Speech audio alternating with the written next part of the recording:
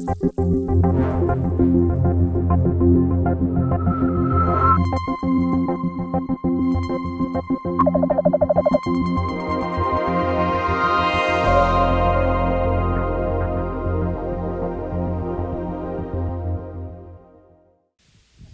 so welcome along, ladies and gentlemen, to your weekly SETI seminar series. Today we're very lucky to be joined by our SETI Institute PI, Oana Marcu.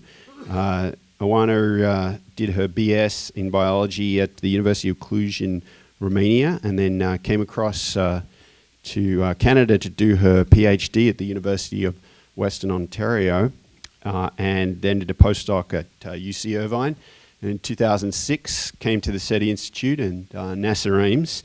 And her career has been looking at molecular adaptation in cells in extreme environments. For example, she has projects going on in deserts, including the Atacama and the Mojave. And she's interested in microbial communities' response to extremes of temperature and radiation. And she's also using bioelemental imaging to investigate the adaptations of microbial communities. And I'm sure we're going to hear about that in her talk. And Oana also initiated the Science, Technology and Exploration Program STEP Astrobiology Camp at NASA Ames for students and teachers. So if you want to learn more about that, I'll talk to her after the talk. Okay, so if you'll join me in welcoming Oana.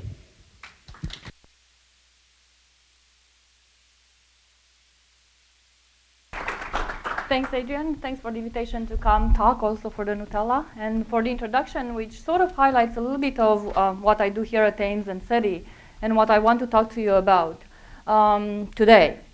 The one slight adjustment that I want to make is the fact that, in fact, my career didn't start at all with extremes. My career in extreme environments only started 6 years ago when I came here, and I was really inspired about what's happening here in the search for life. But the underlying background of my career is that I'm a biologist. So all that complicated slide that you saw before with that complicated title that you'll never have to remember, and all the work I do can be reduced to the one word, and that's life. So because I work at SETI, I kind of started looking in, well, we look for life, and what is life? And we have all these questions about life is, and all the answers that we don't know. So to simplify things even further, from one word to one letter, I made life X. So then looking for life becomes a really simple mathematical deal, and you need to find X wherever we want to go. And the most brilliant answer that I've ever seen is this one, and I really, really like it. Find X right there. and it's given by a student who probably didn't have a better answer, and looked right where he was supposed to look. And it's actually not such a wrong answer, and it does relate a lot with what we do here. We don't really know where to look, but it's right under our eyes. We don't really have a better answer other than the life on our planet. And it's actually not such a bad idea to look at our own life. So as it turns out, the student may have gotten an F in exam, and we probably get an F in trying to search for life elsewhere until now. But there's a lot we can learn from looking at X, the X as we know it so far. So what I put up here is the phylogenetic tree of life with the three domains, bacteria, archaea, and eukarya, just to give you an introduction of where we're looking. And my interest is to try and find the common denominator that would tell a molecular change that will tell us something of what's common about life and what we could be possibly looking for. So the one thing that's missing here, and it's just not missing on the slide, it's actually missing in the record, in the fossil record on our planet, is we don't know actually where life came from. There's not a lot of fossil record in there. So there's a big question about the origin of life, and what a lot of people work, a lot of the work that people do in biology is to look at this hypothetical last universal common ancestor, or LUCA, which supposedly was around here about 3.5, 3.6 billion years ago. Again, there's a break in the fossil record until a while ago. And the question still remains about the origin of life. So did the life arise on Earth, on other planets? And what can we do about it? So the one thing that we can do about it, looking at our own life, is trying to define what's the minimal cell? What are the fewest elements that we need to make life? And the one thing that we do know about is that life needs to be isolated from its environment. And the one way you can do so is by using these amphiphiles models. So molecules like lipids, for example, that can isolate in an aquatic environment. So that's the first requirement for life, to be isolated for its environment. And one of the hypotheses is that as these vesicles formed in the primordial soup, they might have encased in them some sort of polymer, in this case RNA, that had the capacity to reproduce itself, but also to undergo the metabolic reaction. So it acted as an enzyme. And the idea is that it wasn't the DNA, which is the genetic background of all of us, but it was the RNA molecule. So here's the RNA molecule. And the next step was actually to build more, to translate this genetic code in, I guess I can here, in more functional groups made by amino acids. So these are called proteins. And then life becomes more complicated and these whole structures become more complex. And you have sugars that are attached to the protein molecules. And that's basically one cell.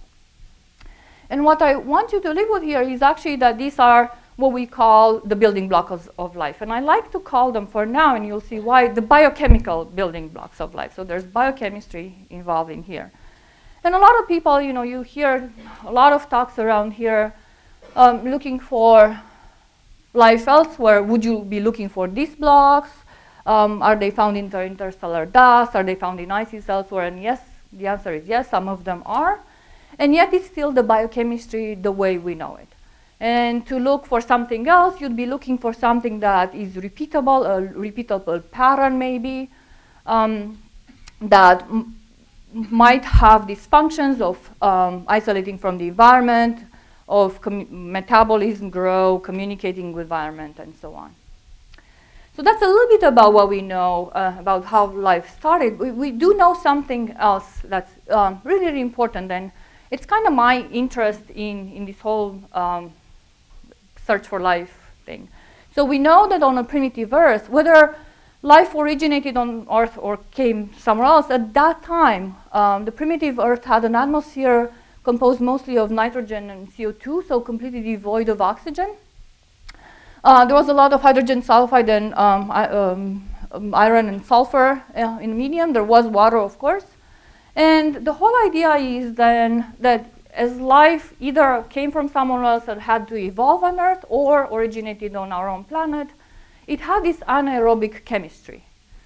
And what that means functionally is that in the proteins that I just showed you before, the molecules that are responsible for the metabolism and growth in the cells and all the functions that we have, in order to be active, they have these so-called iron-sulfur clusters. So these are factors that help the enzymes work.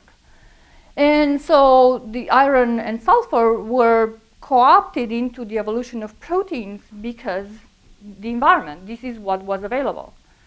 And to this day, we're still using the same chemistry. So you and I and everyone on this planet, basically, we have this ancient chemistry, which is the anaerobic chemistry based on iron and sulfur proteins. So this was the primitive Earth about 3.5, or actually from the beginning of 4.5 billion years ago to about 2.5 billion years ago. And 2.5 billion years ago, something really important happened. And that's called the Great Oxidation Event. So this was the advent of photosynthesis. So cyanobacteria started photosynthesizing using water, splitting water and producing oxygen. And what that did to the atmosphere, I don't know if this is working. So what that did to the atmosphere is all of a sudden it produced a rise in oxygen level In fact, there are many theories about how there was just a whiff of oxygen at the beginning. So it's not all of a sudden, but it did take some time.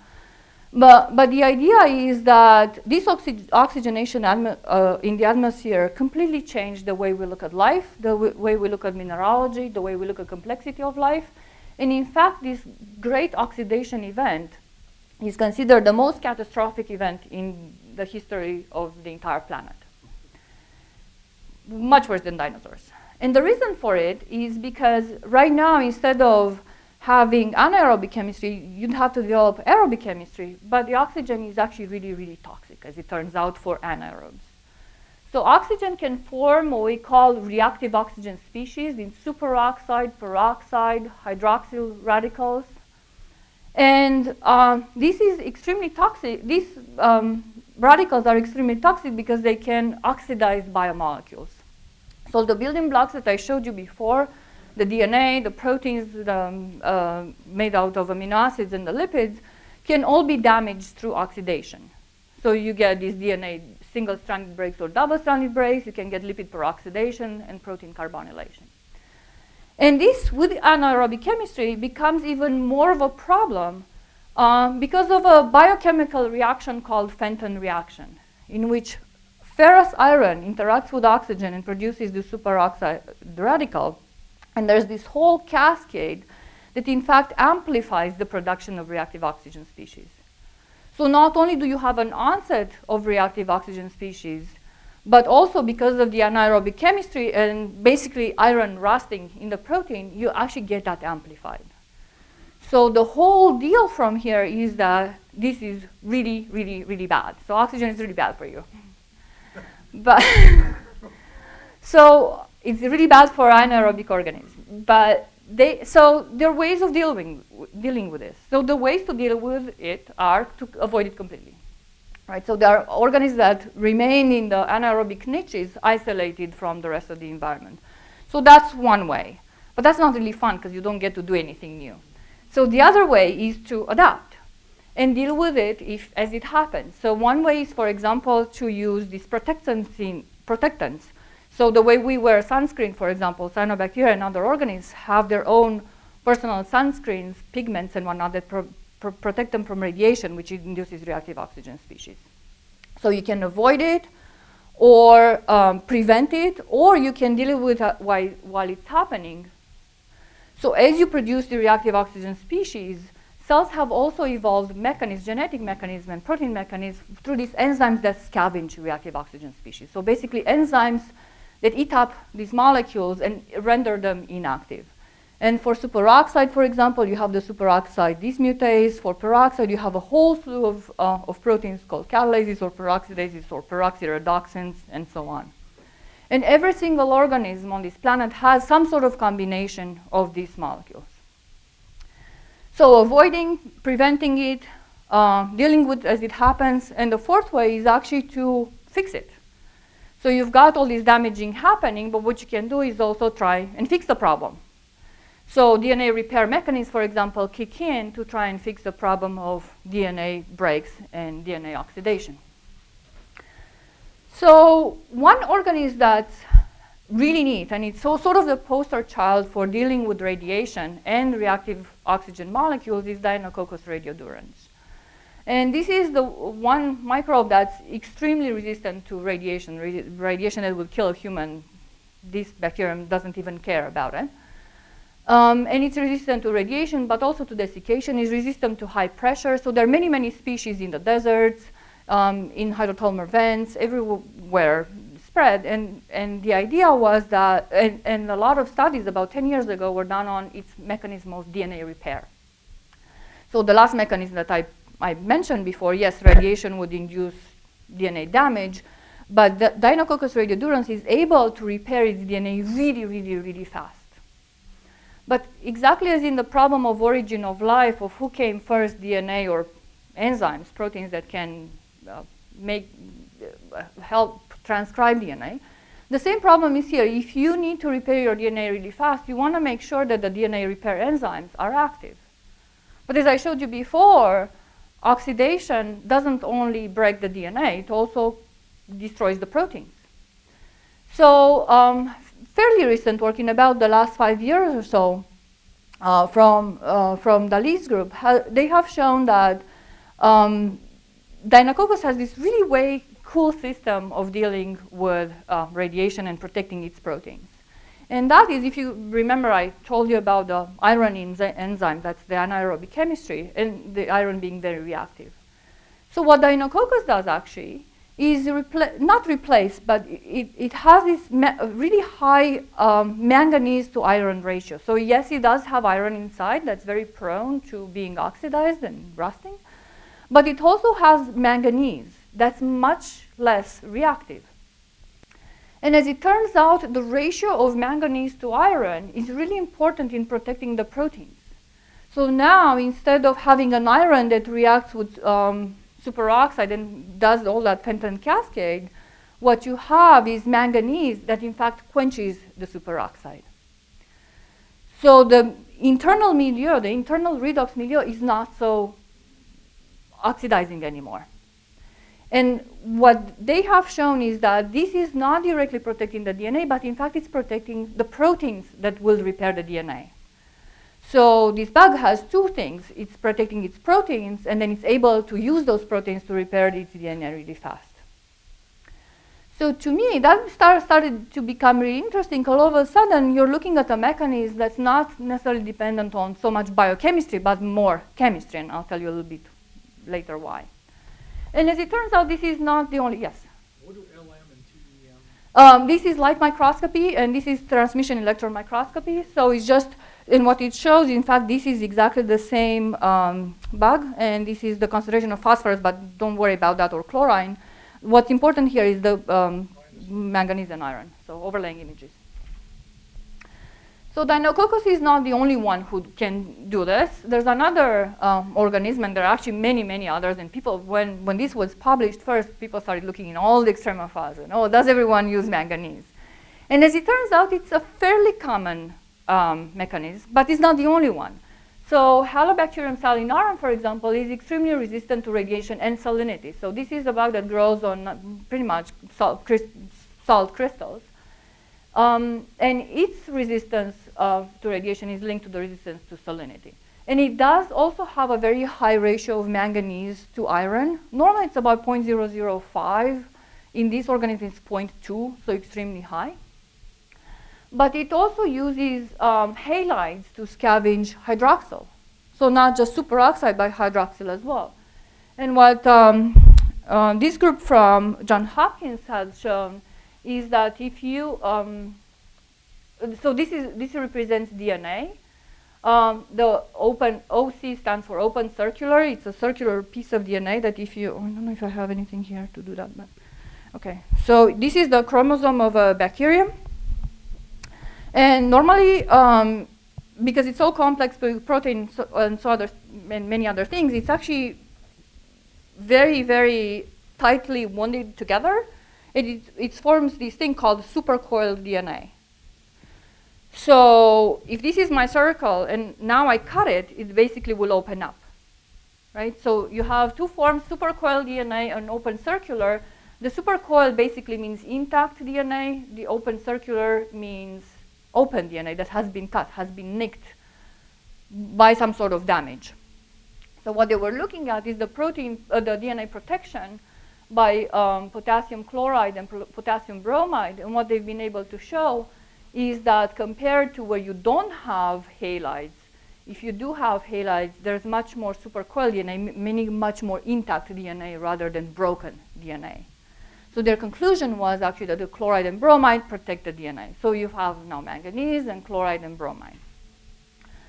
So the way I look at it, being a biologist, and I think everyone who does biology is by default that looks at development and evolution, is that these organisms are actually sort of at the end point of adaptation, right? They permanently have in their cells manganese. They permanently use chloride and bromide. And they use this to resist extreme environment stress factors, radiation, salinity, desiccation, and also substrate oxidants. But the way I look at it, this is a permanent signature. So it doesn't mean that if you go somewhere, what does it mean in the search for life? Can we use this, the question is, can we use this signature to look for life? And how would you be able to recognize manganese in a cell that maybe was dead for a long time ago from something that's just a mineral, right? If we say went to Mars and we're looking for some sort of signature, would we be able to tell what this is? And we don't know the answer to that. But the problem is, this is, as I said, the end point of adaptation. And many organisms have developed many, many different things, different ways of resisting to extremes. So that's not the only way. So everything that I've told you so far basically is that oxygen is really bad for you, and that we have to fight it in many different ways. And we've developed all sorts of different mechanisms. But if it was really that tragic and extreme, I wouldn't be here talking to you today. And you wouldn't be here listening to me, and we'll be doing this breathing freely oxygen. So as we stand here and we breathe oxygen, in fact, our cells do have the anaerobic chemistry, and we do have the bacterial chemistry in our mitochondria. And you'll probably go home tonight and put sunscreen on and eat your vitamins, which are exactly to defend against this reactive oxygen. Yet, oxygenation was a really good deal. And we wouldn't be around if it wasn't a good deal. The reason it was a good deal is because with aerobic photosynthesis, what that provided for cells was a source of energy that was much higher for anaerobic chemistry. So all of a sudden, things could grow faster, use energy in many more ways. So the other side of the story is that although oxygen was really toxic, in fact, the great oxidation event also allowed for the complexity of life to develop because of the energy, the metabolic energy that aerobic chemistry is producing. And here's a panel put together by a group last year looking at, this is Chlamydomonas, one unicellular alga, multicellular algae, and in the evolution of plants, of how, in fact, reactive oxygen species were converted from toxic molecules to being signaling molecules. So I told you how all these reactive oxygen species were really, really toxic, but once life learned how to cope with them, it was able to use them as signaling molecules. And when you look in here, these are, for example, the antioxidants, the cellular antioxidant that I was telling you about. And because of the explosion of life, what you'd see is an explosion in these molecules that are actually dealing with reactive oxygen species. And what this represents, this circle represents a family of these proteins, and the larger the circle, the more members. And you can see from the unicellular algae all the way down to here, there are more circles and bigger circles. So more way of dealing toxicity, better use of reactive oxygen species as signaling molecules. So the way cells do this is that this reactive, and why reactive oxygen species as signaling molecules? And there's a very simple answer to that, is because they are fast and they can travel really fast. They are also degraded really fast, but they can go between compartments, they can go between cells and so on. So they can act as environmental signals. A signal, a reactive oxygen species from outside can communicate to a cell. And all of a sudden, it's no longer just a death signal. It can actually be also a signal for growth. It's also for death, for turning on gene expression, and basically turning on many, many different pathways. It's also a signal for intercellular communication. So communication between cells can use reactive oxygen species. So all of a sudden, we have these reactive oxygen species that have this dual sword. It's like Demosthenes' sword. It's above you, kills you, but if you can figure it out, then you're going to survive. And not only are you going to survive, but in fact, it will allow you to become more complex. And so with the photosynthesis, one of my favorite ways of looking at complexity of life is looking at the evolution of multicellularity. So the algae that I told you before, this is called Chlamydomonas reinhardti. It's one cell alga. And there's this lineage called the volvocene lineage that leads all the way to an alga called Volvox carteri. And intermediately, you have all these colonial algae in which cells come together that are different, they are the same type of cell, more and more of them, until you get to this first organism that's considered the model organism for multicellularity because it has two different types of cells. So all these algae have one type of cell, only one or multiple together, while this alga it's the first organism that has two different types of cells, so cell differentiation. One is somatic cells, the other one is reproductive cells. This is the first time in evolution where we see that within the same organism, functions are being assigned to different places. So what do reactive oxygen species have to do with this? So I will show you a little bit of the work that we've done a while ago with collaborators from University of Arizona on this alga. And they had shown that this alga normally grows outside in ponds. You can go probably in any pond around here and collect it and bring it in the lab and just grow it in water and soil. So it's pretty benign. In fact, it's very benign. And it grows asexually. So these guys keep multiplying, keep multiplying, keep multiplying until you have a change in the environment. So because they grow in shallow ponds, the ponds can dry in the summer or the winter and can freeze. So this alga needs to be able to survive in something that for it would be also an extreme environment.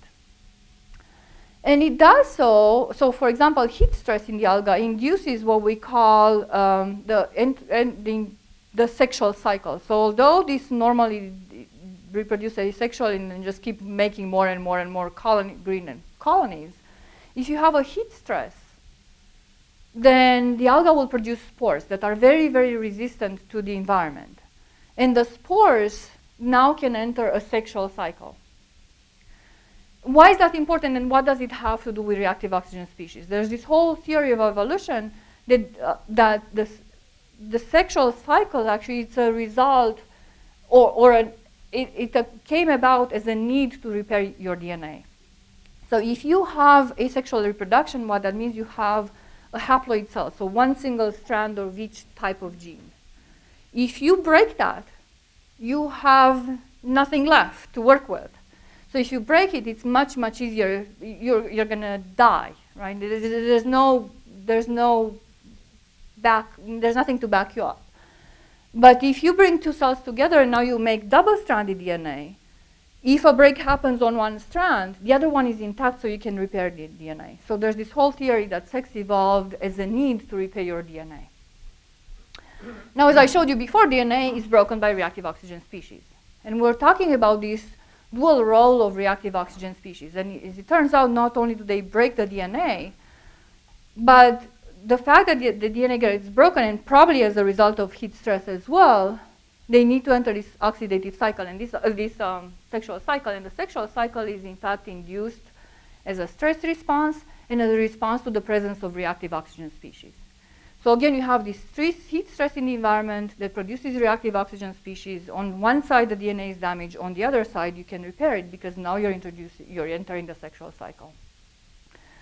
So what we've been able to show is that upon heat stress, you can actually quantify the formation of reactive oxygen species.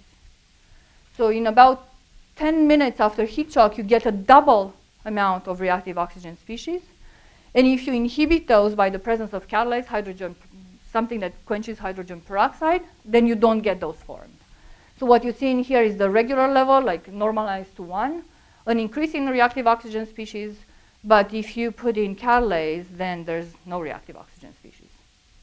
And this was done in the test tube, but we were also able to show this in the real alga, in which we labeled these reactive oxygen species. The places that you see in here green, they indicate the presence of reactive oxygen species. So normally, this is a fluorescent image in which chlorophyll is highlighted in red, and in green you have the reactive oxygen species. And this is after, certain time points after heat shock. And both somatic cells and reproductive cells do this. So we see this presence of reactive oxygen species. So I mentioned to you before the Deinococcus and Halobacterium as sort of an endpoint. They are permanently exposed to stress, and they have this permanent metal signature or elemental signature that allows them to survive in oxidating condition.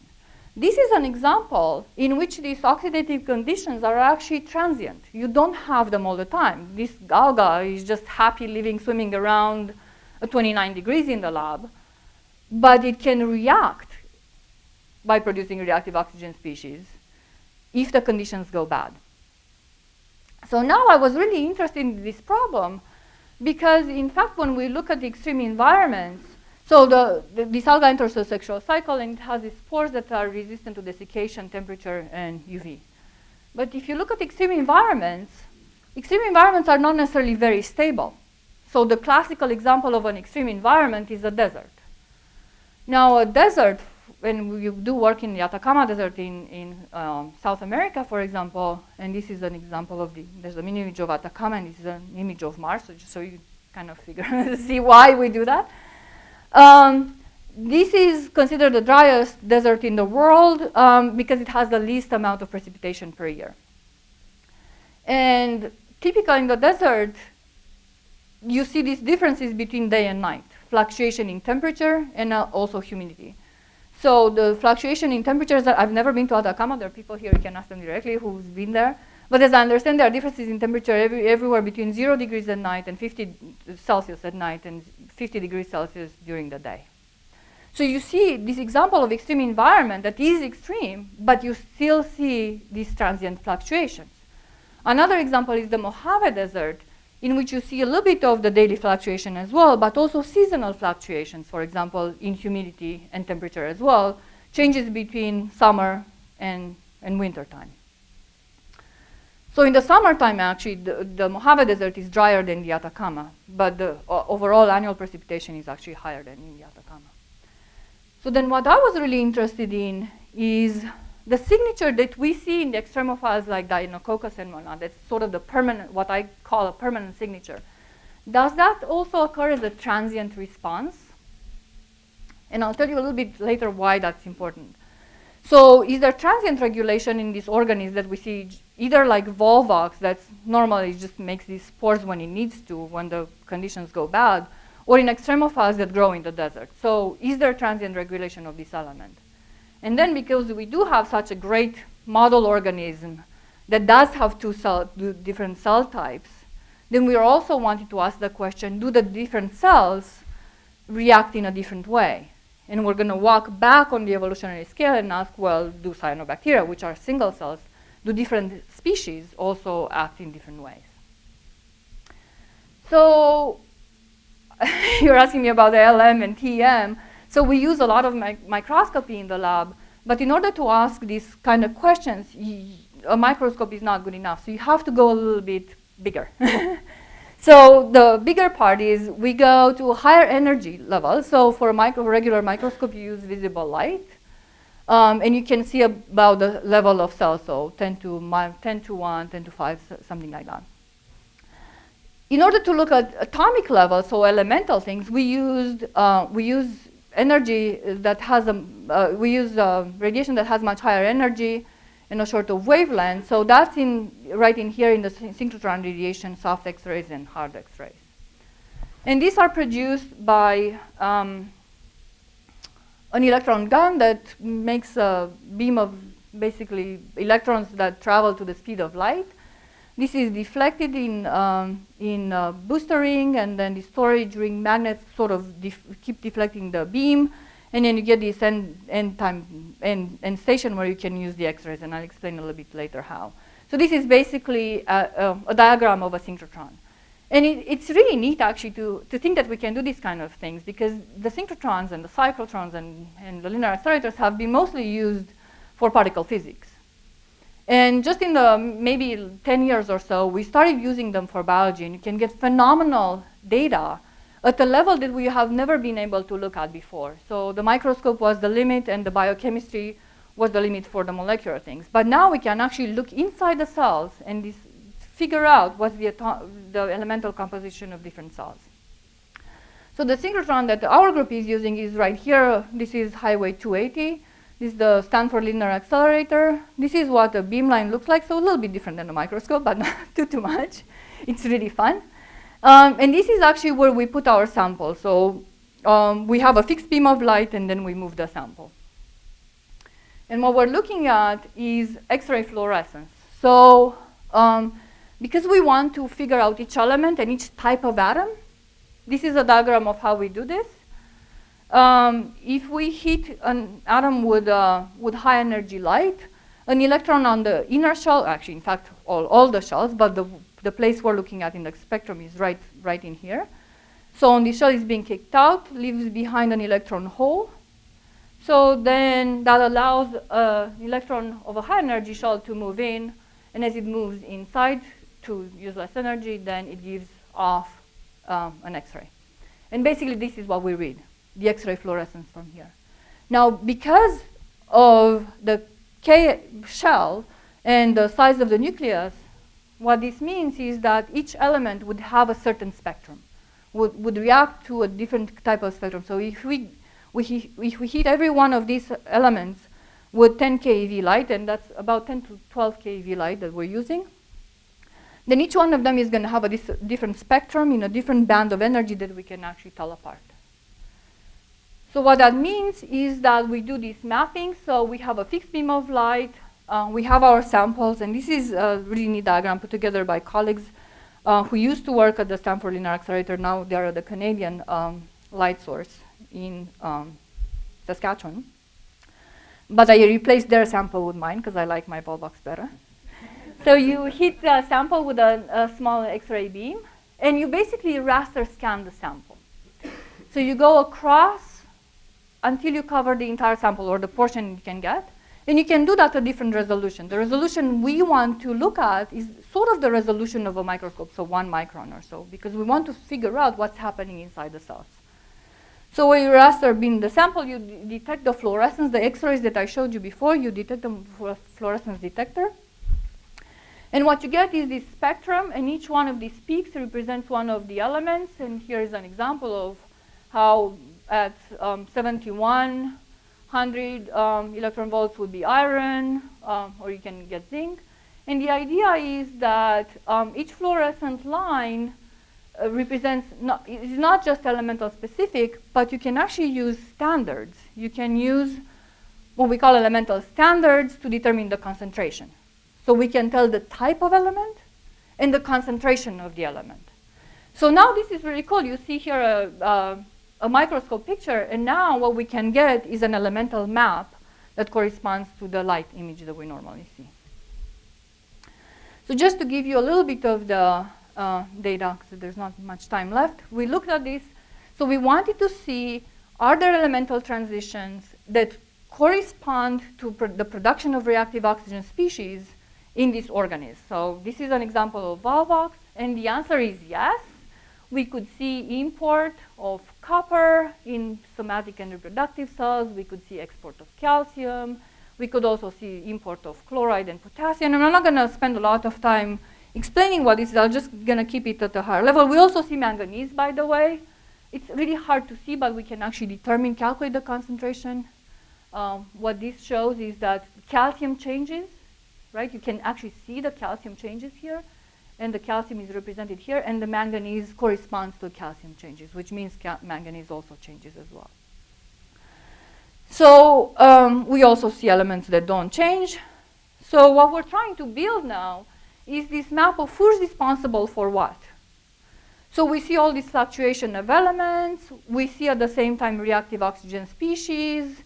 So we're trying to have this big image of, okay, you have a temporary stress. You have the oxidative stress and the production of active oxygen species. How do the metals or the elements in the cells fluctuate with that?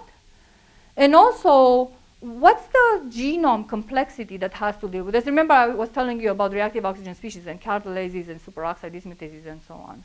So that's the other side of the picture. Who's responsible for all these elemental changes, and where do they act within the cells? So we didn't want to stay, so now we're trying to figure out, okay, this is responsible for cell differentiation and for a response to transient stress in the environment, in this little alga. Well, the precursor of this little alga at some point must have been a cyanobacterium. And I mentioned to you that we're looking also in extreme environments. So the one that we're looking at, actually, it's a cyanobacterium from the Atacama desert. And so while the Volvox spores are resistant to desiccation, radiation, and temperature, these are resistant to temperature, also to desiccation, and also to salinity. So in the Atacama Desert, not only do you have the soil that contains microorganisms, but you have these salt flats. So basically, salt rocks. And in 2006, a group from Spain went to the Atacama and picked up a rock that no one had looked at before. They thought, okay, it's salt. Nothing grows in my salt in the kitchen cabinet. Why should anyone grow in there? But actually, a microbiologist went in there. They picked up a rock, and they saw this film, this green film. So green to a biologist means life. So they put this under the microscope, and here's some pictures that I took under the microscope. This really beautiful fluorescent cyanobacteria. They fluoresce because they have all these pigments inside. So wow, there's life in there. So now we're trying to figure out what that life does. So these are actually cyanobacteria that resist to everything that's in the Atacama plus the salt, as opposed to the ones that are just in the soil. So now we did something that I thought was really, really neat. When I showed you before the pictures of the Volvox, those were things that we heat shocked, and then we fixed them and put them under the synchrotron. What I really wanted to see was, can we monitor this fluctuation, if they exist, in real time? You can't do that in Volvox because you're hitting this organism with 10 keV of light, they're dead. But the thought behind doing this experiment was that these are extremophiles, they should resist to radiation. So why don't we try and put them under the beam, and even if we feed them with synchrotron light, let's try and expose them to a different stress like desiccation and follow the changes in elemental fluctuation with the changes in the humidity level. So we just took our best shot, right? So we actually were working together with people from the machine shop at Ames, and we built this little chamber, which we called a humidity chamber. And we gave it this fancy name, and we do work at Synchrotron, but it's basically a piece of aluminum that has 2 sheets of polypropylene film on each side that they make an internal medium in which we can change the humidity. So we put in air that goes through water that makes 70% humidity, or just through air that makes 30% humidity. And we have a temperature and humidity sensors right here. And what you see in here, basically what I did is just scraped a little bit of this salt and put it right in here. So when you see that little drop, that's actually salt in situ that contains the cyanobacteria. And why is this really cool to do? One of the problems that we have with everything that we work in extreme environments is that some of these things are not culturable. So you can't actually really do a lot. You can't culture these organisms. No one has been able to so far. So this allows us, even if they're not culturable, to actually look at what's happening in situ, in the real rock. So what we did with these things, we started fluctuating as we were scanning them under the beam, we started fluctuating the humidity from 70 to 30% and back on. And here's an example of a series of that kind of fluctuations where you see an increase in copper, and again, copper, just like in Volvox that we saw before. And then a decrease and an increase again. And manganese was pretty obvious that it changed exactly with the changes in humidity. So desiccation, you have a lot of manganese. With desiccation, you lose it. With increasing humidity, you gain it again. So now we're trying to figure out what these elements do. And of course, manganese has already been shown to have to do with oxidative stress and whatnot. So we're trying to figure out, is this not just a permanent signature of things that are extremely resistant to radiation like Anacoccus, but is it also a transient signature? And we think it is, and we're trying to figure out, well, is it imported? And if it's imported, you should be able to see a higher concentration in the whole cell, and this is what we see right here. In red, it's an increasing concentration. But also, if it's being redistributed within the cell, you should see a little bit less towards the periphery and more in the middle, and we see that as well. So this is just a little bit to show you that we're trying to do this in cells and trying to understand where these metals are, in what compartments, in what concentration, and who's responsible for changing them. Excuse me, this is well beyond experimental error. I mean, these differences are real. Yes. Yeah. These are standard errors. Sure. Yes. Yeah. Yeah. And so if you take a population, for example, of the cyanobacteria, this is what would look at under the synchrotron. And this is just the iron channel. And now we're also trying to understand, with this longer desiccation, what's the desiccation signature? And who's responsible for what? And here's a eukaryotic cell, so it says nucleus here, so don't worry about it. But I hope I convinced you so far that wherever you look in development or on a tree of life, something's happening with reactive oxygen species. So the whole idea behind here is we're looking for the common denominator of stress or environmental stress. And we're working based on the hypothesis that the common denominator are these reactive oxygen species. And whether you're a prokaryote or bacterium or a human, you're dealing with it in sort of same way with antioxidants or with these metals. So I'm going to skip through this a little bit fast. The other place that we're looking at, I think I mentioned to you, we're looking in the Mojave Desert. And right back there, Judy Wan, who's responsible for these pictures. So she's been isolating, she and someone else in the lab, Matt Lera, have been isolating these bacillus strains, and we're trying to understand, okay, now you have different, what I showed you before was different organisms growing in different environments that have the same response. These are the same organisms growing in the same environment that have different responses. So there's a whole combination of how life can survive in the extreme environments. But basically, what this says is even if you have bacillus that looks different, there are two different strains of bacillus, they have different growth rates, they produce spores at different rates. We think their mechanism of dealing with this stress, again, is this oxidative stress. And here what we've been showing is that the catalase activity, for example, the one that is responsible for hydrogen peroxide, can be different in different strains. So the whole story behind this is that reactive oxygen species are on one side really toxic, and the other side really, really important for adaptation and evolution to the environment. And so just recently people started looking at really, these are really cool molecules actually. And they can explain a lot of the evolutionary events that we have seen, although a lot of the evolutionary theories that people have come up with along the years. And one recent one is, for example, the coevolution, the molecular coevolution of host and parasites. And the idea is, for example, that our blood cells make reactive oxygen species in order to defend against bacterial infections. So that's an example of coevolution, where the host makes reactive oxygen species and the parasites needs to respond to them. And so they co-evolve because that's a continuum along evolution. The host makes reactive oxygen species, the parasites evolve. Now the host needs to make something else, ramp up its reactive oxygen species, and the parasite needs to do that again. So that falls under something called the Red Queen theory of evolution, which talks about the fact that in order to evolve, you have to keep up with the environment. And in this case, for the host, the environment is what the parasite produces. For the parasite, is what the host produces. And it's called the Red Queen because it comes from Lewis Carroll's book, Looking Through the Looking Glass. And Alice and the Red Queen, the Queen of Hearts, meet on this hill. And no matter how fast Alice runs, she stays in the same place. So evolution happens often that way, that you evolve, but you're not going anywhere. You're staying in the same place. So the queen is telling Alice, it says, well, it takes all the running you can do to keep in the same place. And if you want to get somewhere else, you must run twice as fast. What does that mean in evolutionary ways? And what does that mean for reactive oxygen species? It means that in order for this balance to change and for the system to evolve into something else, one of them has to go faster. If they stay in equilibrium, they'll stay in the same place. And just this year, there's also this evolutionary hypothesis that sort of complements the Red Queen hypothesis called the Black Queen hypothesis.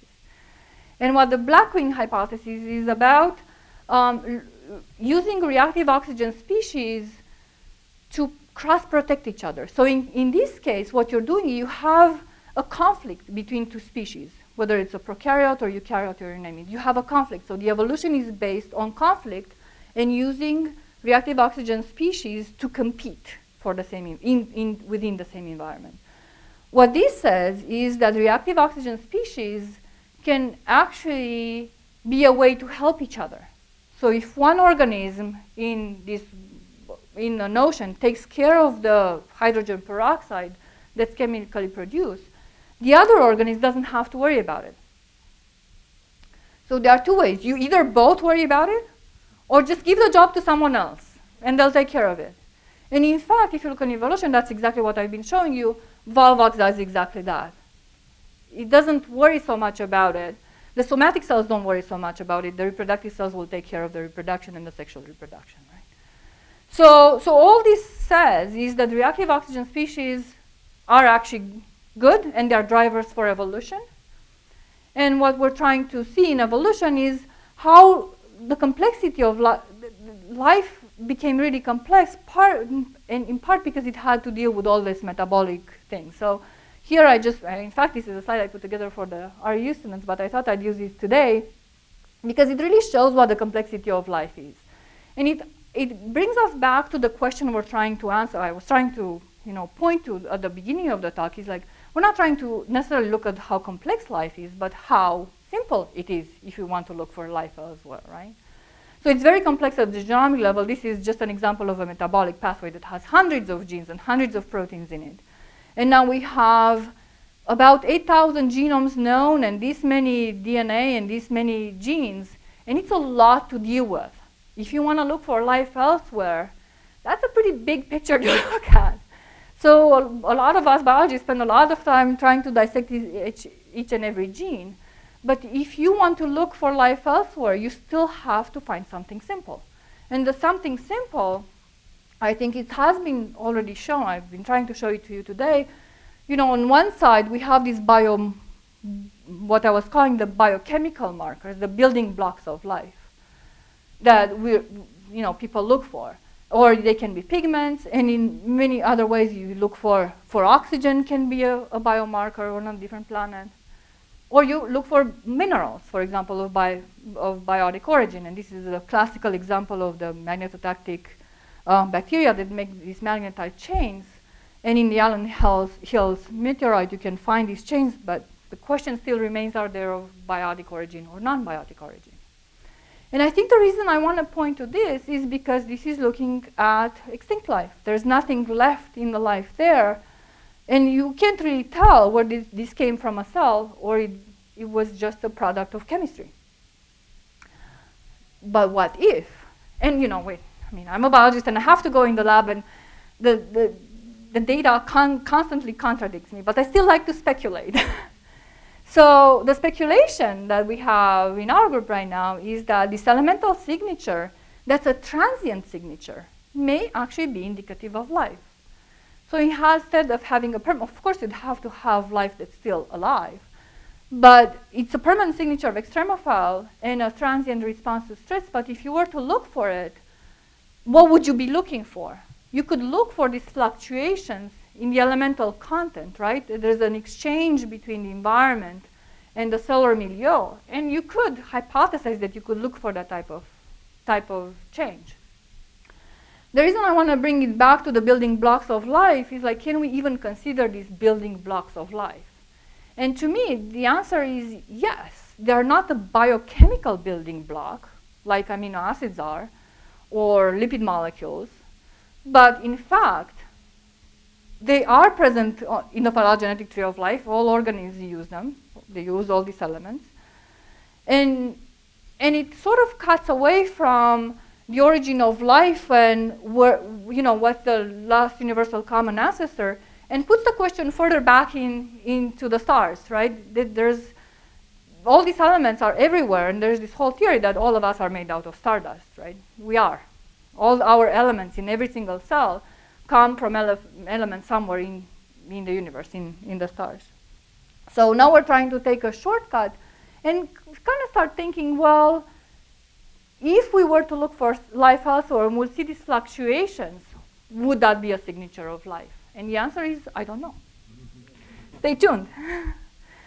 So with this, I'd like to acknowledge a lot of the people who do the work. Some of them are here in the room, Judy Wan and Elise Ranking-G. Elise is through the REU program at the SETI Institute. Christina Allen was a REU student last year who worked on the cyanobacteria thing. And Matthew Lara, who's the Lockheed Martin and is a small sat group, he's working with on all the projects. Emmett Quigley and Ryan Walker in the Space Science and Airborne Instrument Development Lab, that's the machine shop. It's just been really fantastic to work with all these people at Ames. And we've been working with the Stanford Synchrotron radiation light source, especially with Sam Webb, who's at the microbial beamline. So all the pictures that I showed you from the synchrotron are taken on that particular beamline. And Joy Hayter and Florian Meyer are on a different beamline that's actually using transmission X-ray microscopy, where we've been doing work.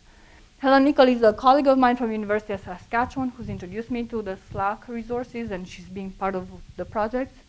And we're using labs at NASA Ames. Alfonso and Chris have provided the rocks from the Atacama. They are the ones who go in the desert. We're the ones who do the work at home.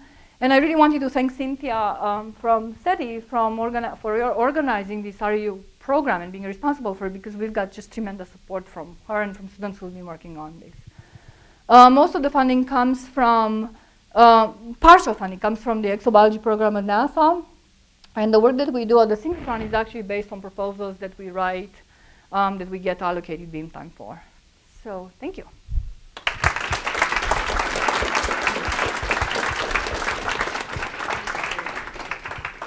Oana, if I could ask the first question.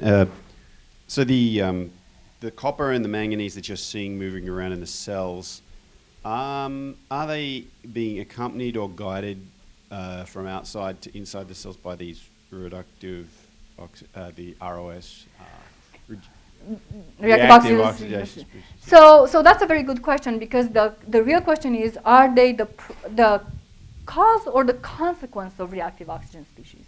Now, copper is a very redox-prone element as well, so it can make a lot of reactive oxygen species, but that's one of the things we're looking at. If we look at the time, what we think is that they are the consequence of reactive oxygen species. And the reason for it is we see this reactive oxygen species very early in the heat shock. We see the elemental transport a little bit later. So we see 10 minutes after heat shock, we see reactive oxygen species. A little bit later, within 15 to 20 minutes, we see these elementals transport. Now the question is it free? Are they free elements, free metals in the environment that are being transported into the cell?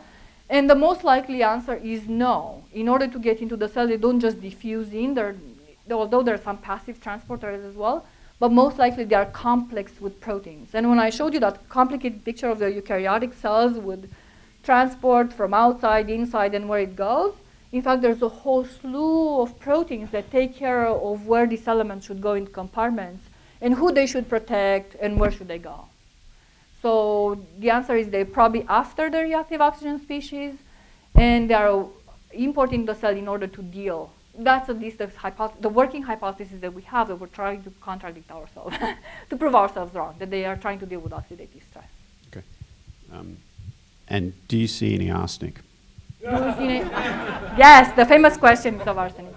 So here's the good news. You don't have to look for just the toxic stuff. No, we haven't even looked, but no, we didn't see any arsenic at all. And that's actually a very different question, because all these elements that I showed you, yes, we talk about their toxicity and whatnot, but in fact, it's a pretty tame environment, right? It's just salt. It's not an extreme environment in the way that it's toxic, like a mine drainage or the Mono Lake that has a lot of arsenic inside. So it's a different type of question. That's an adaptation to an extreme. That's actually what we're trying to get away from, because that's a unique endpoint adaptation. And how many places in the universe would have arsenic in them? I mean, sure, there are some, but is that really what you want to look for?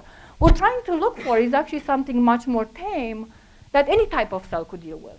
And that's why we have this hypothesis of reactive oxygen species as a common denominator. You don't have to have something that's really, really toxic, other than oxygen species, and you don't have to have weird metals, because in fact, the regular metals, the redox metals, can take care of toxicity.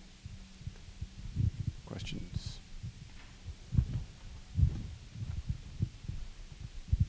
On one of those slides, you showed that there was a large concentration of phosphorus, and you dismissed that. I've always been intrigued. What does phosphorus do in the cell? Does it have anything to do with this, or what is phosphorus? What is it doing? Yeah, actually, the one that that you saw was in Volvox, and there's this whole thing that Volvox, the alga itself, is actually just a ball, a sphere, that has one shell, and the shell is made of cells. But inside the ball, inside the sphere, there's all this extracellular matrix. And the source of phosphorus is in the extracellular matrix. And phosphorus is used in all sorts of things in the cell, in metabolism.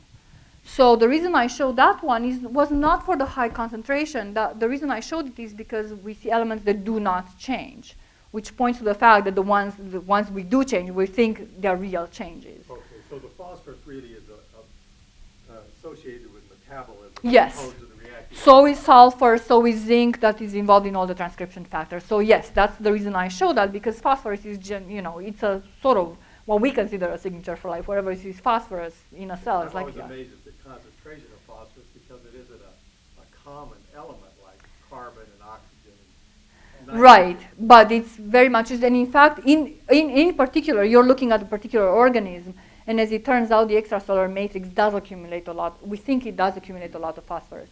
And when you also said a lot of concentration, we highlight that because, in fact, if you look at the bar concentration where you have the scale, in blue was the least concentrated, in red the highest concentration. In fact, when you calculate it, the concentration was in femtomole per micrometer square, so it's actually not that high. But we're able with this technique to look at even very, very, very small concentrations. They do show in the picture nicely, but they are not necessarily tremendously unusual high concentrations. They're just regular biological concentrations. Are you seeing any isotope differences within the cells, or We are haven't they? looked. Okay. That would be the obvious next thing to do, to look at isotopes, but we haven't looked at isotopes. Okay. Cool.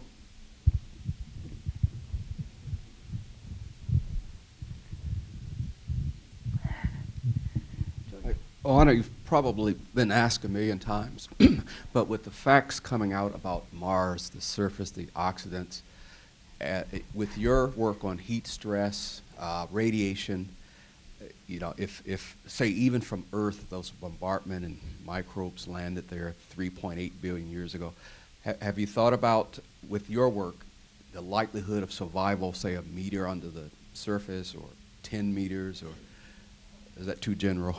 No, it's not too general, but I am going to make it more specific, because the right person to answer that question is actually in this room. And Richard has been working with these oxidants on the Mars surface for a very long time, and I've been bugging him for about 3 years, and he's going to laugh at me right now. No, I mean, I'm not going to ask him to answer the question.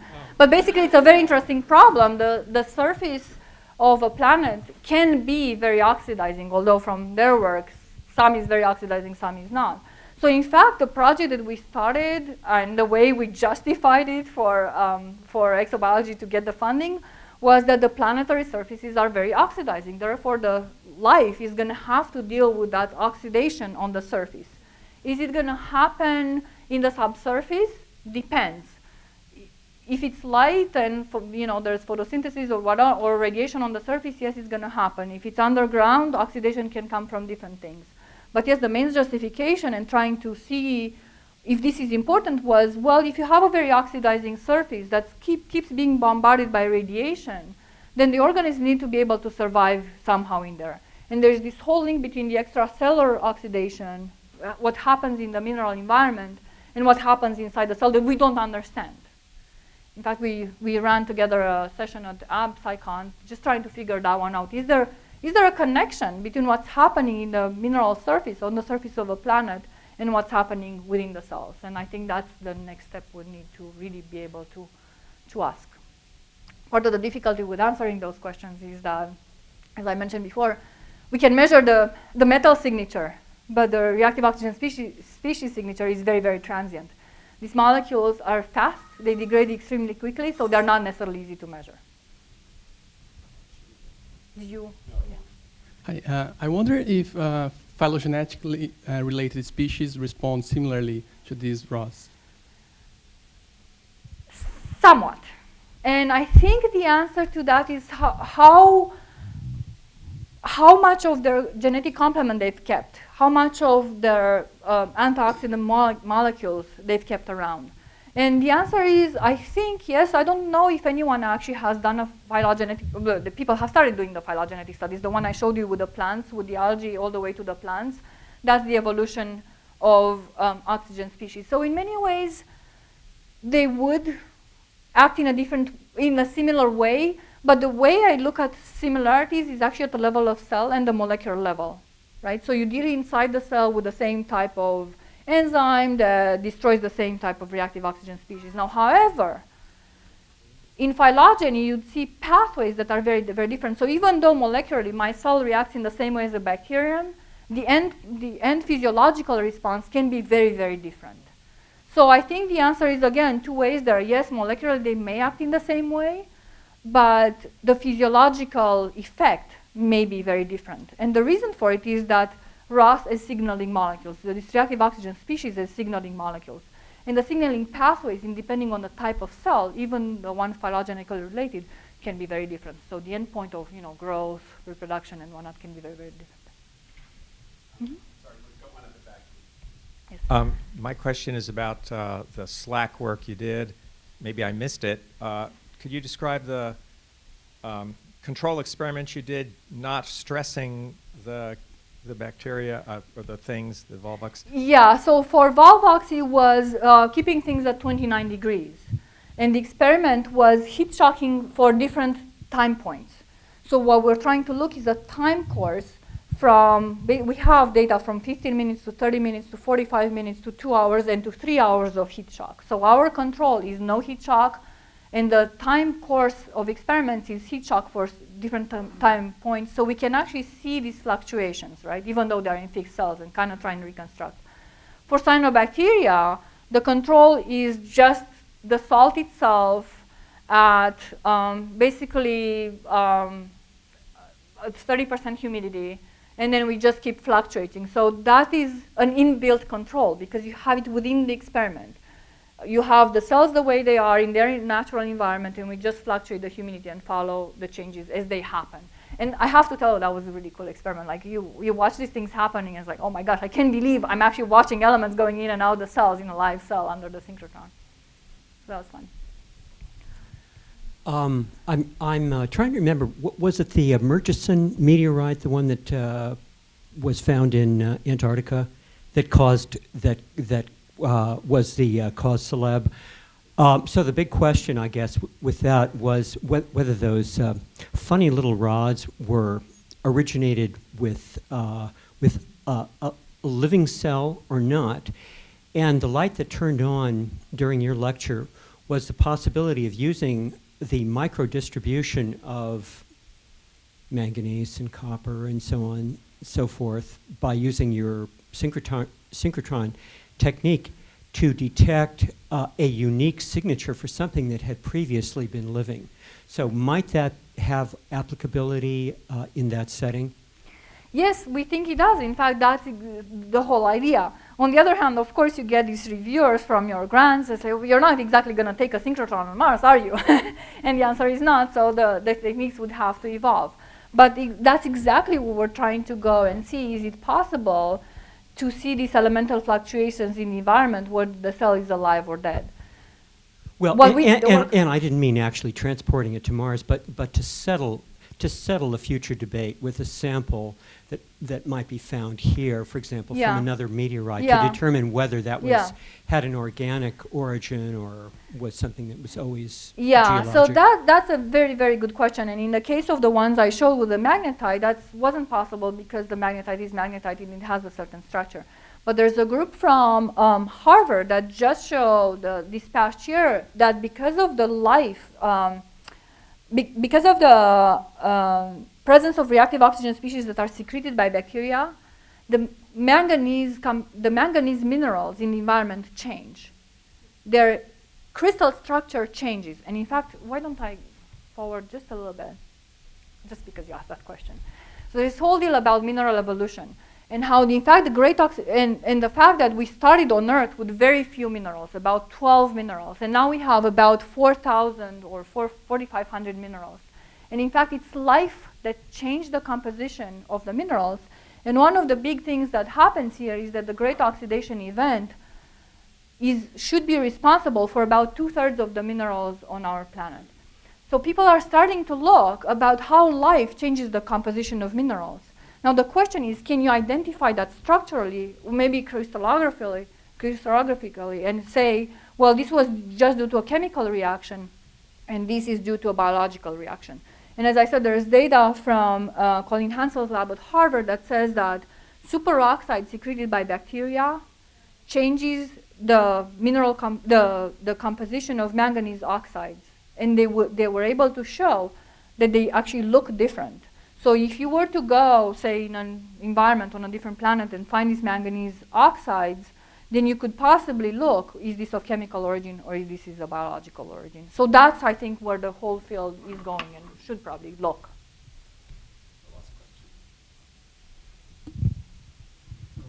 As you showed, there are a large number of reactive oxygen species. I'd heard before that the hydroxide radical was perhaps the most damaging to human tissue. Yes. Have you done any studies to vary the amounts of each one of these to show which is more effective? No, we or haven't. More damaging? Right, we haven't yet. It is well known that the hydroxyl is probably the most damaging. So when I show the things with Volvox, the type of dye that we used, the type of experiments that we did, were just to show the general amount of reactive oxygen species. The way we like to monitor things is by changing the gene function. So we know, for example, catalase acts only on hydrogen peroxide. Superoxide dismutase acts only on superoxide. So it's hard to change, to modify the reactive oxygen species per se. What's easiest is to deal with the protein that deals with a particular reactive oxygen species. So for example, if I remove superoxide dismutase and I see a change, then I'm assuming the change was due to superoxide. If I do, so the work that we did in Bacillus, for example, we were able to show it's probably hydrogen peroxide because catalase makes a difference.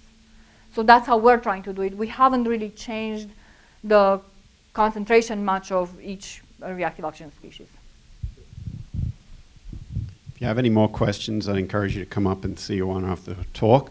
Oana, we have a special SETI mug here that you can use to examine the oxidation of this in your lab or something like that. And it's asked the question, are we alone? And probably the answer is no. We've got lots of bugs. Right, exactly. So please join me in thanking Oana for a great talk. Thank you very much.